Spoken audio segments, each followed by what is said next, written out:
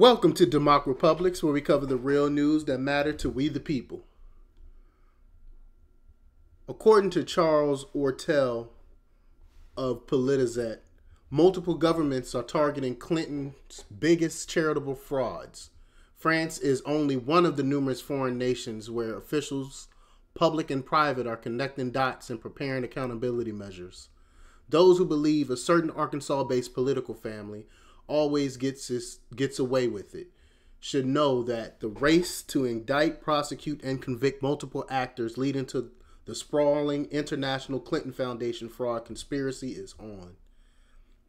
Though long overdue, this seems eminently fair since prominent persons who operated porous and loosely controlled false front philanthropies, a tiny fraction the size of the known Clinton charities, included former Rep. Corrine Brown, were sentenced to federal prison for lengthy terms. Representative Brown, she got sentenced in federal prison in Florida for her fraud foundation stuff, and what Hillary Clinton and Bill Clinton are been doing for years is much more. Like I remember, I know y'all remember Haiti when they got like over $1 billion donated to their foundation for Haiti, and Haiti didn't see a penny of that money, and none of them went to jail for that. But okay, back to the article. For years, U.S. authorities have been keenly aware of provable crimes committed in the guise of philanthropy, but governments here and abroad have only been willing to take on the transplanted Arkansas dynasty and their many financial backers once it seemed beyond a doubt that no Clinton was destined to take up residence again at the White House anytime soon. Now, as President Donald Trump succeeds in filling key positions within the Department of Justice and the IRS, governments and their beleaguered taxpayers are stepping up demands for justice that increased in the intensity. Hillary Clinton mounted her second attempt for the White House in March 2015. Following the first call to investigate Clinton Foundation irregularities on May 19, 2015, that was given scant attention, Rep. Marsha Blackburn and more than 60 Republican colleagues again demanded on July 15, 2016 that the FBI, IRS, and FTC investigate the foundation. A central element in their argument was that the presidential charity had exceeded its specific authority to construct a library, maintain a historical site, and engage in study and research. This limited authority can be seen clearly in the original application for federal tax exemption filed December 23rd, 1997 with the IRS. So when you file for tax exemption, the IRS are very, very strict on tax exemption. If whatever you put down for that tax exempt status is what you have to stick to, unless you file an amendment and change it. And we'll get down to the amendments that they filed for shortly. But they never really changed. They never changed this. They never changed their original intent for the tax exempt status. They filed to construct a library. That's what they're getting the funds for. This is what the foundation is for: to construct a library and to maintain historical site and engage in study and research. It says nothing about philanthropy. It says nothing about taking up $1 billion of donations and not giving it to the people that you say you was gonna give it to. First off, that's a whole nother story. But it was just for Bill Clinton's presidential library. That's all that the Clinton Foundation was supposed to be for. Let's go back to the article. Blackburn drew pointed attention to the fact that the Clinton Foundation never sought authority to engage in foreign activities of any kind. And they went over, they took money from the Saudis, they took money from all types of, and did work for all types of different countries under the guise of the Clinton Foundation. Okay, but back to the article.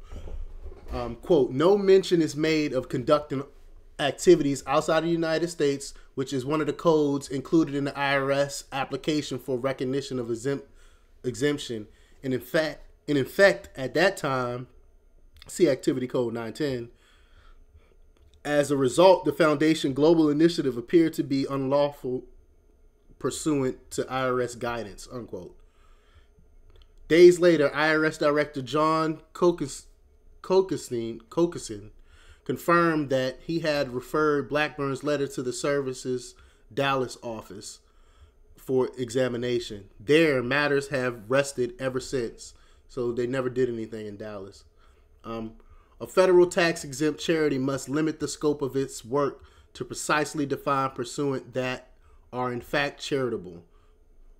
Like I said earlier, it cannot fund activities beyond those authorized in its controlling organizational document, which for the Clinton Foundation are its Articles of Incorporation. A record search in Arkansas and other key states revealed that the Clinton Foundation never amended its Articles of Incorporation to expand its purposes, though it did file amendments to change its name. So that's basically all it did. Nothing about amendments to work overseas, nothing about amendments to take up money to not give to Haiti, like I keep saying. But they changed the name from William J. Clinton Presidential Foundation to the William J. Clinton Foundation on April 28, 2005, and then to William J. Clinton Foundation on July 8, 2008, and to the Bill, Hillary, and Chelsea Clinton Foundation on April 9, 2013. Ongoing review of public filings on the main Clinton Foundation website and of documents filed in numerous states and foreign nations shows that trustees illegally allowed the Presidential Archive and Research Center in Little Rock, Arkansas to use unregistered offices, open bank accounts, create subsidiaries and affiliates in numerous places, and solicit donations to further purposes that are not explicitly authorized in the Articles of Incorporation by the IRS, the state of Arkansas, or in other U.S. or foreign governments as being validly tax exempt. Until recently, a few seem to care, but do not assume U.S. authorities, federal and state, are alone in investigating the long Clinton Foundation record.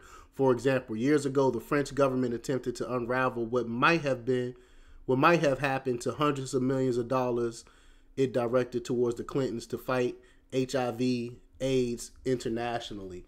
And I know what happened with the HIV/AIDS is they were actually the Clinton Foundation. I mean, it's a straight out of a Hollywood TV show or movie. I mean, they watered down the HIV drugs and sold them to countries. I mean, they sold watered down HIV/AIDS drugs to people. What kind of horrible, despicable person would do that to people? The Clintons would. That's who. Okay, but back to the article. Late in 2009 through 2011, France and the U.S. had different leaders and priorities, but much has changed in the years since.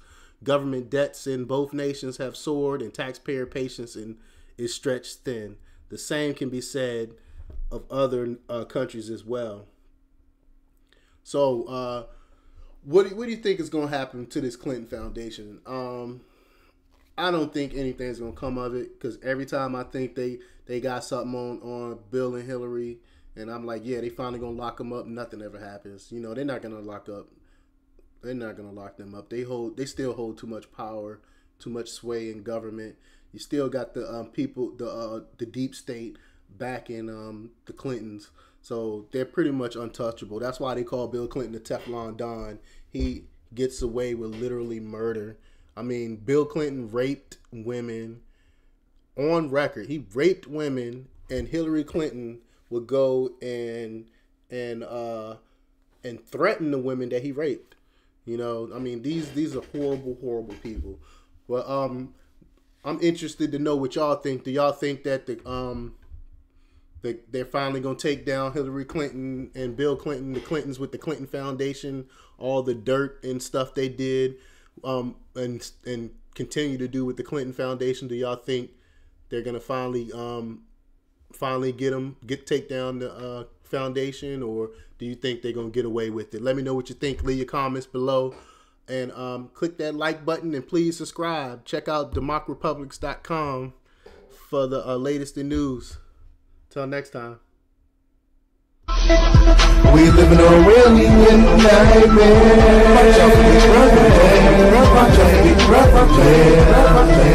We living on a real nightmare.